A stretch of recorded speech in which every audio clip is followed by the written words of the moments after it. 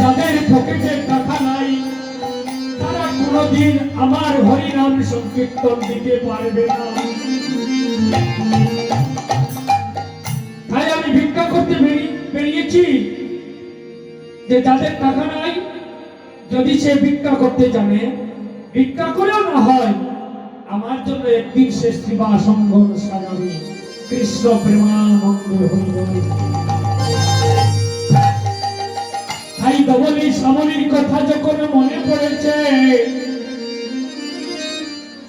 গৌরী হরি আমার ধবলি শ্যামলীকে ডাকছেন আর কাঁদিতেছেন। হরে লীলার এহেন অবস্থায় সেই মনের গতি হেরে নিত্যানন্দ প্রভু আর উচ্চ স্বরে বলতে লাগলেন আর পদকথা ভাব দিলেন। হয় বুঝিয়া ভাবের গতি নিত্যানন্দ, বুঝিয়া ভাবের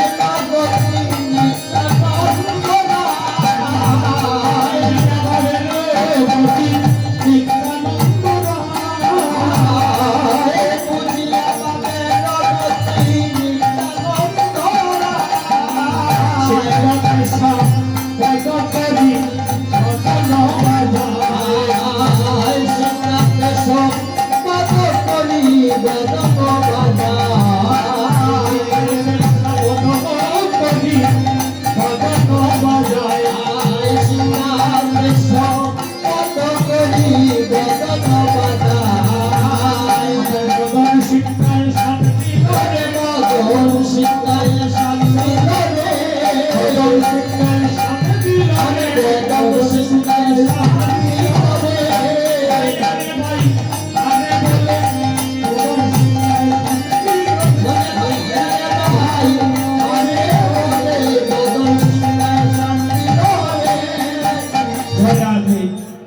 মহাপ্রভু যখন বিষণ্ণ বদনে বসে আছে, ঠিক তখনই নিত্যানন্দ প্রভু তার মনের অবস্থা দেখে চিন্তায় পড়ে গেলেন। আমার মাত্র ভাই গৌর কি মনের কেন এত অবস্থা? এখানে একটা শিক্ষা দিলেন যে এক মায়ের সন্তান দুটো ভাই যদি থাকে, একটি ভাই হতে পারে রাজা আর একটি ভাই হতে পারে ফকির। কোন ভাইয়ের বিষণ্ণ বদন থেকে একটা ভাই যদি অন্তত মুখে জিজ্ঞেস করে না যে তোর মনটা এত খারাপ কেন ভাই, তার জীবনে আর কোনো ধর্ম হবে না। তুমি বাড়িতে আসবে, খাওয়া দাওয়া করবে, কিন্তু খবর রাখা একান্ত কাম্য যে তোমার আরেকটি ভাই সে খাইলো কি খাইল না। এটাও আমাদের ধর্ম। আমাদের বৈষ্ণব পদাবলিতে প্রতিটা পদে পদে শুধু বিচার আর বিচার। এ সমস্ত বিচার হয়ে গেলে আমাদের সমাজে আর কখনো ঝামেলা থাকবে না, ঝামেলা মুক্ত হয়ে যাবে। এখন নিত্যানন্দ প্রভু যখন তার মনের অবস্থা দেখে গৌরহরির কাছে আসলেন, সাথে সাথে কি হলো? আরে দাইল পণ্ডিত গৌরী তার সোজা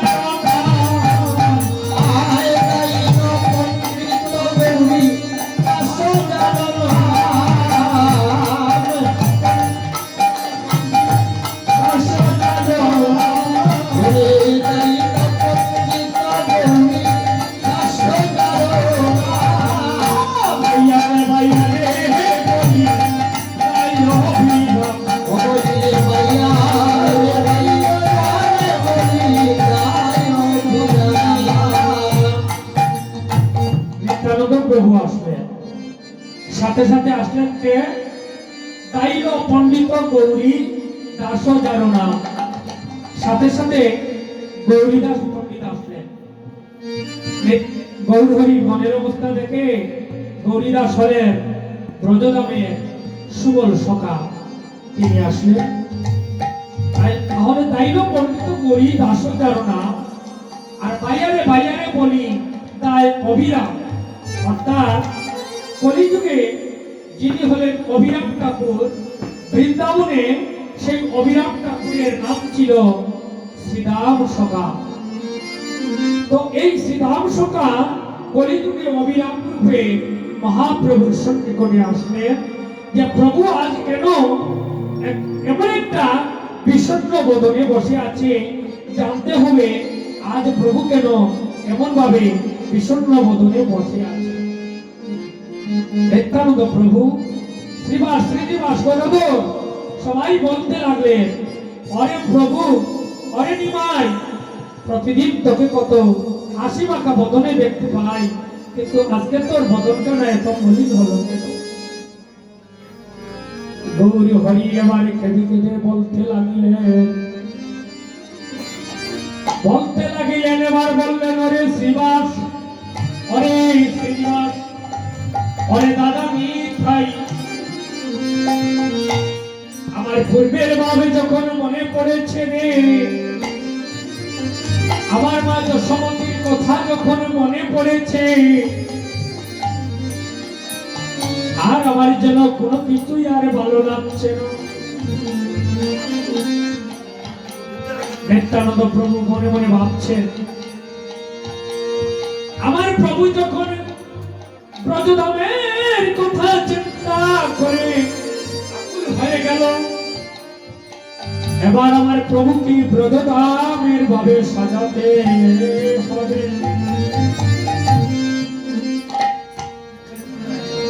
ব্রজধামের ভাবে সাজাতে হবে।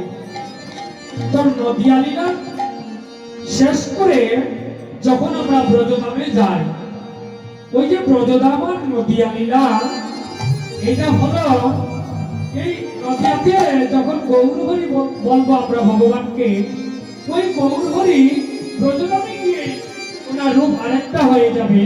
ওই আরেকটি রূপের নাম ব্রজেন্দ্র নন্দন ভগবান শ্রীকৃষ্ণ। আর নিত্যানন্দ রূপে যাকে আমরা দর্শন করেছি, তারই ব্রজধামে গেলে তার আরেকটা নাম হবে বলরাম সখা। তার নাম কি হবে? বলরাম সখা। তো একই ভগবান একই যুগে একই ভাবে রাধে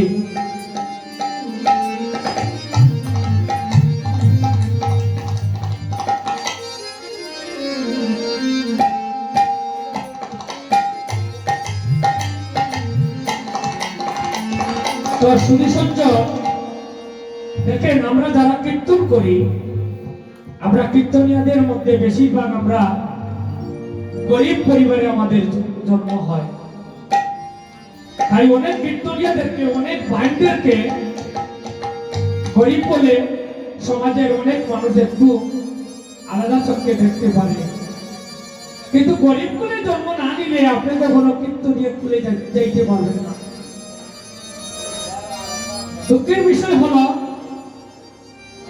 আমার গ্রামে আমারই বড় ভাই শ্রদ্ধেয় নারায়ণ দাস কীর্তনিয়া, আমি যেখানেই যাব ওনার নামটা প্রকাশ করা আমার একটা দায়িত্ব, একটা কর্তব্য, যে আমারই গ্রামের একজন কীর্তনিয়া ছিলেন। আর ওনার পিছনে পিছনে থেকেই আমরা অনেক শিক্ষা অর্জন করেছি। তাই বলে আপনাদের সামনে বেশি কথা বলতে পেরেছি। একথা কেন বললাম? আমাদের ইচ্ছা আকাঙ্ক্ষা যে নারায়ণ কীর্তনিয়া পরে আমি আপনাদের সামনে দাঁড়িয়ে দু একটি কথা বলছি, কিন্তু আরেকজন কীর্তনিয়া তো ওই গ্রামে সৃষ্টি হলো না। আপনাদের গ্রামে আমাদের ছোট্ট ভাই মনোরঞ্জন দাস, তাকে হয়তো অনেকে অবহেলার চোখে দেখতে পারেন, কিন্তু আমি যদি প্রশ্ন করি যে সে ব্যতীত ওই গ্রামে দ্বিতীয় পর্যায়ে তো আর কেউ মৃতজ্ঞ হাতে নেবার মতো একজন লোক সৃষ্টি হলো না।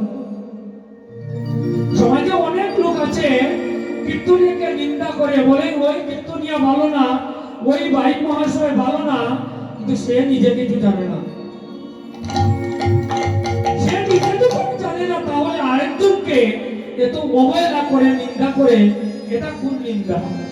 নিজে শিক্ষক, নিজে যদি কলেজের প্রফেসর হও, প্রাইমারি স্কুলের টিচারকে নিন্দা করলে একবার শাসন, কিন্তু তুমি তো স্কুলে যাও নাই, জীবনে নিন্দা করছো এই ভাই ভালো না, এই কীর্তনিয়া ভালো না, কিন্তু আসলে আমি যে কোনোদিন শ্রোতার আসরেই যেতে পারি না, ওটা কিন্তু আমি কাউকে কোনোদিন বলি না। তাই তুমি শ্রোতা হও। শ্রোতা যদি হতে পারো রাজা পরীক্ষিত মহারাজের মতো শ্রবণ করে তুমি ভবসিন্ধু পার হতে পারবে। কেমন এক দয়াল নদিয়া নবদ্বীপে এসেছে। পৃথিবীতে এই গৌর হরি ব্যতীত কত দয়াল এসেছিলেন, কিন্তু নদিয়ার চাঁদ গৌর হরির মতন এত দয়াল আর কোন যুগে আসে না। যার কারণে রামানন্দ রায় মহাপ্রভুকে গিয়ে বলেছিলেন, প্রভু আমি প্রত্যক্ষদর্শী, তোমার সেবা সঙ্গরে কত কাঙ্গাল কত পতিত যায়, কিন্তু কত বুঝার চেষ্টা করে তোমার গুণ কীর্তন, কিন্তু সেই জ্ঞানের দ্বারা সে তোমার কীর্তনের এত ভাবাকৃতি সে বুঝে দিতে পারে না। সে কিন্তু শ্রবণ করে আসলে বসে, কিন্তু একটু পরেই যেন তার কোনো কিছু মনে থাকে না। এই যে ভুল পড়ে যায়, এই সমস্ত ভক্তকে, এই সমস্ত খাঙ্গালদের কোন গতি কি হবে কোনদিন? মহাপ্রভু সেদিন উচ্চস্বরে বলেছিলেন, বুঝিতে বুঝিতে কেহ, শুনিতে শুনিতে সহ, সে অদ্ভুত চৈতন্য চরিত। হে রামানন্দ রায়, তুমি জগতে ঘোষণা করো যে আমার নামের এত মহিমা, আমার নামের এতই শক্তি। সে বুঝে আর নাই বুঝে, তবু যদি একটিবার মাত্র আমার শিবাস্তম্ভ নিয়ে আসেন, একটিবার মাত্র সে যদি আমার শিবাস্তম্ভ নিয়ে আসে, আমার সেই হরি নামের তনি শ্রবণ করা মাত্র সেই মহাভাতকী অনায়াসে ভবসিন্ধু পার হয়ে গেল। কীর্তন শুরু হয়েছে তো, এখন 2000 টাকা দেওয়ারও শক্তি নাই, 100 টাকা দেওয়ারও শক্তি নাই। তাহলে 100 টাকা দেওয়ার শক্তি যখন নাই, আমি ওই কীর্তনে কেমন করে অংশগ্রহণ করব? তোমার যদি ইচ্ছা থাকে তুমি কীর্তনে অংশগ্রহণ করতে পারবে। তুমি এই কীর্তনের অঙ্গনে তোমার দেহ ভগবান যখন দিয়েছে, তুমি মাত্র 2টা দিন ওই কীর্তনে বসিয়া তুমি কর্ম করো। 2 দিন কর্ম করলে তোমার ওই কীর্তনে 1000 টাকা দান করা হয়। এখন যদি তুমি কর্ম না করো, টাকাও দেও না, কীর্তনকে ভালোবাসো না, তাহলে তোমার গতি কি হবে? তাই ভগবানের চিন্তা করতে হবে। ভগবানের চিন্তা না করিলে কোন জীব কখনো ধর্মপথ অবলম্বন করবে না। আরে তুমি ভাবছো কি মন, আরে চিরজীবন তো এই হালে যাবে। ও তুমি ভাবছো কি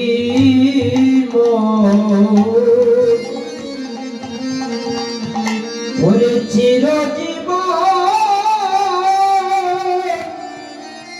ভিতরে হালে যাবে।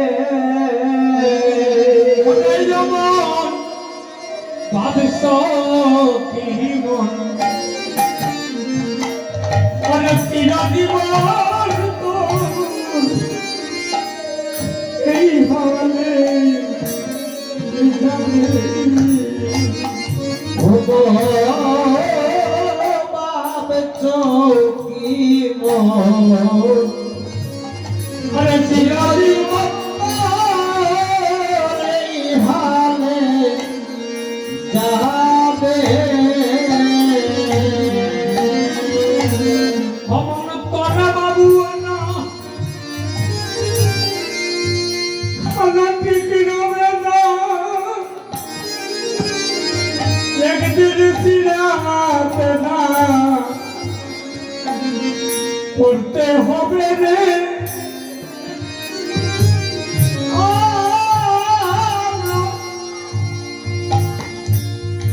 সিরাতে না ওরে একদিন সিরাতে না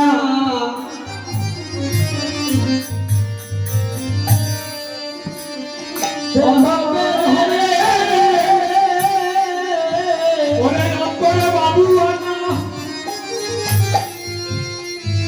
আনা বিক্রি হবে না অন্তর সিরাতে না একদিন পড়তে হবে অন্তরে বাবু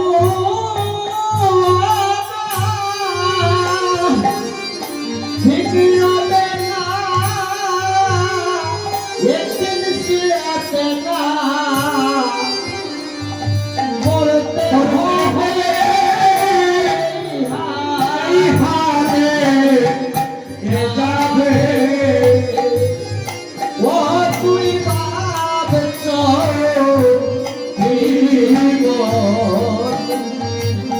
চিরজীবন তোর এই হালে যাবে। আমাদের মাঝে এসেছে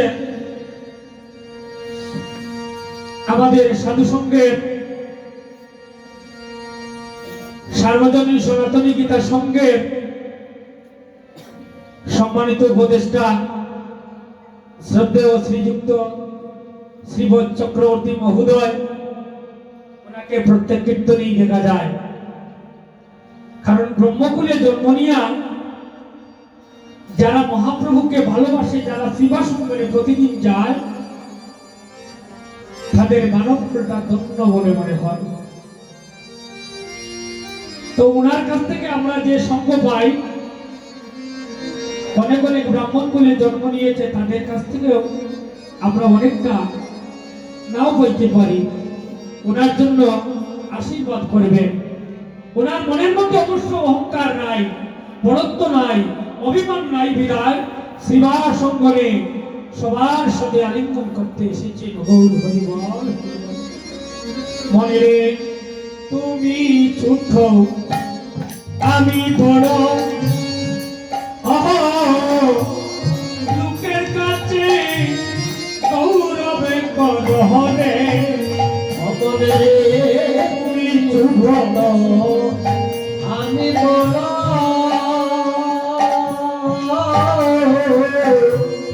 লোকের কাছে গৌরব করহরে তুমি ছোট আমি বড়, লোকের কাছে গৌরব রে তুমি বড়, ছোট আমি বড়,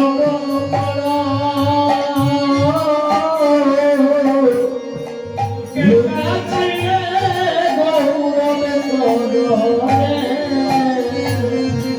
কীর্তন দিলাম, শ্রবণ করলাম, সাধু সাজলাম, গল্প করলাম। আমার কীর্তন শক্তি যে বড় কীর্তন। আমি পণ্ডিত, আমি দার্শনিক, আমি ক্রিয়াবান, তুমি মুক্তি পাবে না। তাই শ্রীমদ্ ভগবত গীতার মাধ্যমে প্রথম অধ্যায় পরে যে দ্বিতীয় অধ্যায় এসেছে, ওখানেই ভগবানের আত্মতত্ত্ব প্রকাশ করেছে। আত্মতত্ত্বের মধ্যে অর্জুনকে বারবার বলেছেন, হে অর্জুন, আমার ঈশ্বর তত্ত্ব, আমার অদ্বৈ জ্ঞান তত্ত্ব এই জগতে স্কুল কলেজে লেখাপড়া করে কোনো দিন লাভ করা যায় না। তাই আমার সেই অদ্বৈ জ্ঞান তত্ত্ব লাভ করতে হলে তুমি প্রথমে আমার ভক্ত হও। যদি আমার ভক্ত হতে পারো, তাহলেই দেখবে তুমি আমার অদ্বৈ জ্ঞান তত্ত্বগুলা লাভ করেছ। আমার ভক্ত হতে পারবে না, সারাদিন লেখাপড়া করেও সেই জ্ঞান লাভ করতে পারবে না। মনে রে তুমি ছোট আমি বড়, লোকের কাছে গৌরব তুমি আমি বড়, লোকের কাছে গৌরব সমন তোমায় নিয়ে যাবে, যাবে সেদিন নদীর কূলে সমুদ্রে নিয়ে যাবে যাবে সেদিন নদীর কূলে ওরে চমন তোমারে নিয়ে যাবে যাবে সেদিন নদীর কূলে নিয়ে যাবে যাবে যে সেদিন নদীর কূলে এই হালে যাবে ওরে ভালো চিরজীবন এই হালে যাবে আমি তো জীবন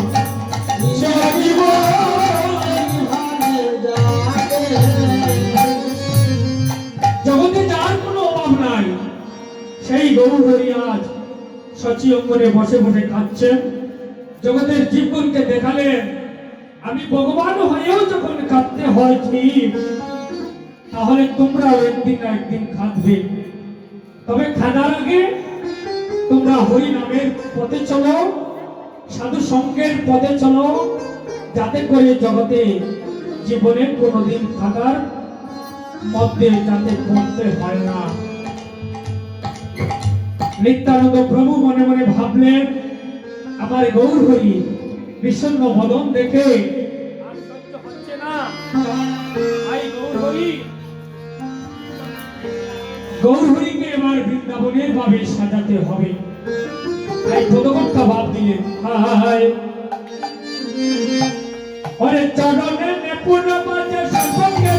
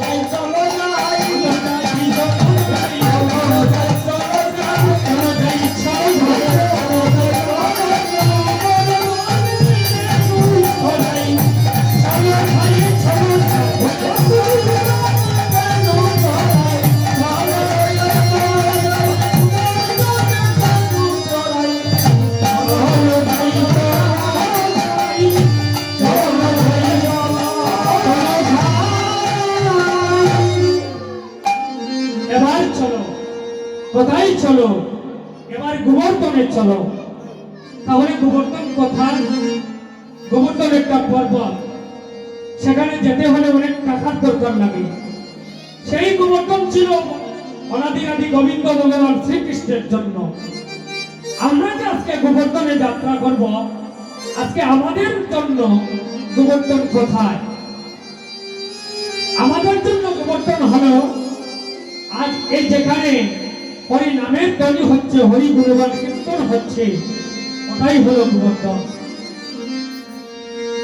তাই বাড়ি থেকে রওনা দিয়ে কোন ভাগ্যবান জীব যদি শ্রীবাস শঙ্করে আসতে পারে মেনে নিতে হবে জেনে নিতে হবে যে এখানেই তার গোবর্ধন পর্বত দর্শন হলো গোবর্ধন পর্বত এমন একটা পর্বত ছিল ওটাকে পর্বত ভেবে নিলে জীবের খাপ হয় যেমনি গোবর্ধন পর্বত তেমনি ভগবান শ্রীকৃষ্ণ যা এতক্ষণ নদিয়া লীলা কীর্তন করে আমরা বৃন্দাবনে যাত্রা করলাম বৃন্দাবনে গিয়েছি তো এখন বৃন্দাবনে ওই গৌর হরিকে আর গৌর হরি রূপে দেখা যাবে না এখন দেখা যাবে সেই ভগবান শ্রীকৃষ্ণ হরে আজ নদিয়া হলো শ্রী বৃন্দাবন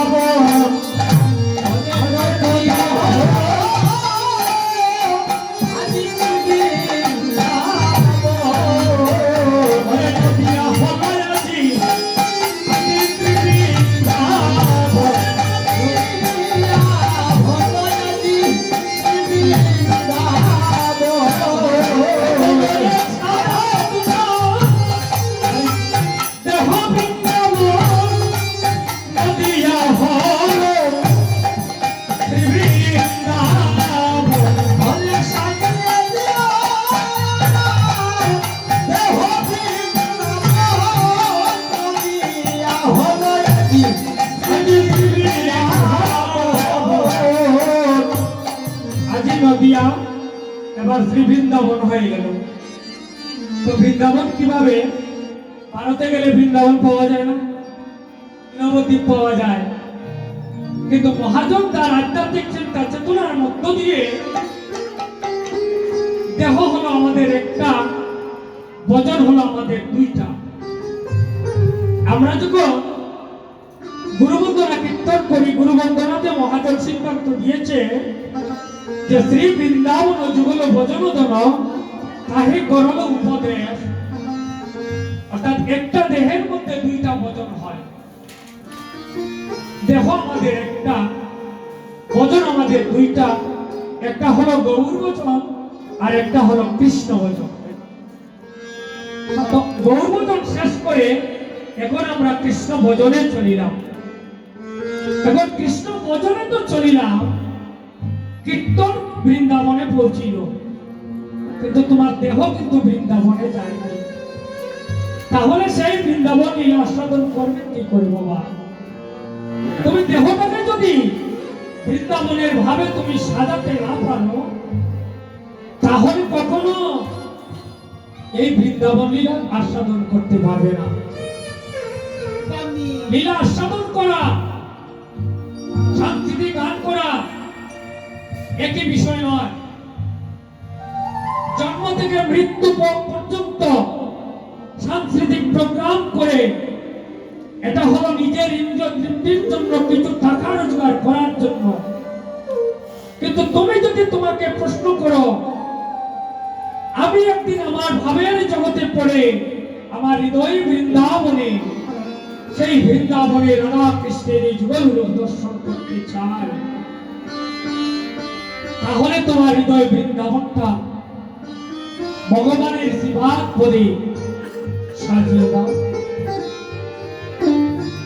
তুমি কোনো কিছু পারো না পারো, অন্তত পক্ষে ভগবানের শিবাত পদে তুমি 5টা দ্রব্য তুমি করো।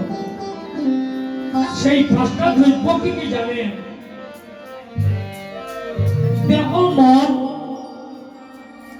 প্রাণ, জীবন, যৌবন। দেহ, মন, প্রাণ, জীবন, যৌবন, ওই 5টা গোবিন্দের শ্রীবাদ পদে দাও। এটা হলো জ্ঞান মার্গের চিন্তাধারা। আমরা কোলা দিলাম, চিরা দিলাম, কত কিছু দিলাম, গোবিন্দ কাবে কাবে না।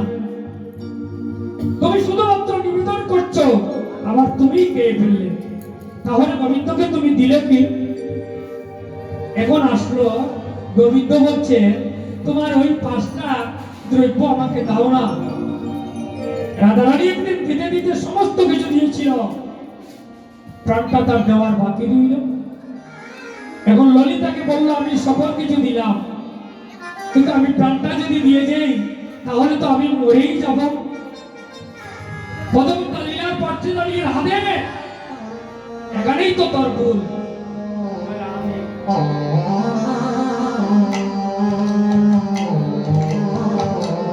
রাধে, এখানেই তো তোর ভুল। সমস্ত কিছু দিলে কিন্তু গোবিন্দ চরণে তোর প্রাণ দিবে না, তুই মরে যাবে। তাহলে এত জীবন ধরে তুই এত টাকা ডাকলি, যাকে তুই এত ভালোবাসিস, কিন্তু প্রাণটা দিতে তোর আর ভালো লাগছে না। রাধারানী বললেন আমি যদি প্রাণটা দিয়ে দেই তাহলে তো আমি মরে যাব। পদমতা ভাব দিলেন, এ পর্যন্ত পৃথিবীতে যত শাস্ত্র গ্রন্থ সৃষ্টি হলো, ভগবান আমাদের জন্য নিয়ে আসলেন শ্রীমদ ভগবত। শ্রীমদ ভগবত গীতা আমাদের জন্য নিয়ে আসলেন শ্রীমদ ভাগবত। মনুসংহিতা পাঠ করি, মনুসংহিতার সিদ্ধান্ত হলো আপনি যদি ভালো কর্ম করে যেতে পারেন, সেই কর্ম অনুযায়ী আপনার বিচার হবে। কিন্তু জীবের জন্য এমন একটা গ্রন্থ জগতে আসলো, ভাগবত গ্রন্থ। ওই ভাগবত গ্রন্থ সিদ্ধান্ত দিলেন যে সারা জীবন যদি তুমি পাপ করো, অন্যায় করো, কিন্তু মৃত্যুর পূর্বে যদি শ্রীকৃষ্ণের নাম জপ করে মারা যেতে পারো, তুমি ভব সিন্ধু পার হয়ে যাবে, কৃষ্ণ প্রেমানন্দে হয়ে যাবে। দেখুন কত সহজ আসলো। তাহলে রাধারানী, তুমি যদি মৃত্যুর পূর্বে তোমার প্রাণটা দিয়েই দাও, তাহলে তো আবার তোমার ওই গোবিন্দ কুলেই তোমার জন্ম হবে। তাহলে তো চিন্তার কারণ নাই। তবে আসলে চিন্তা করে দেখো যে গোবিন্দের জন্য তুমি প্রাণটা দিতে পারছো কি পারছো না। তো এই বৃন্দাবনের পথে যখন আমরা চলি, তখন আমরা বিভিন্ন গান করি। কেন? এটা আনন্দ আস্বাদনের জন্য করি। কিন্তু মূল বিষয়টা হলো এখানেই কারো হৃদয়ে যদি সেই বৃন্দাবনের পথে যাত্রা করতে না পারে, সাজিয়ে দিতে না পারে, তাহলে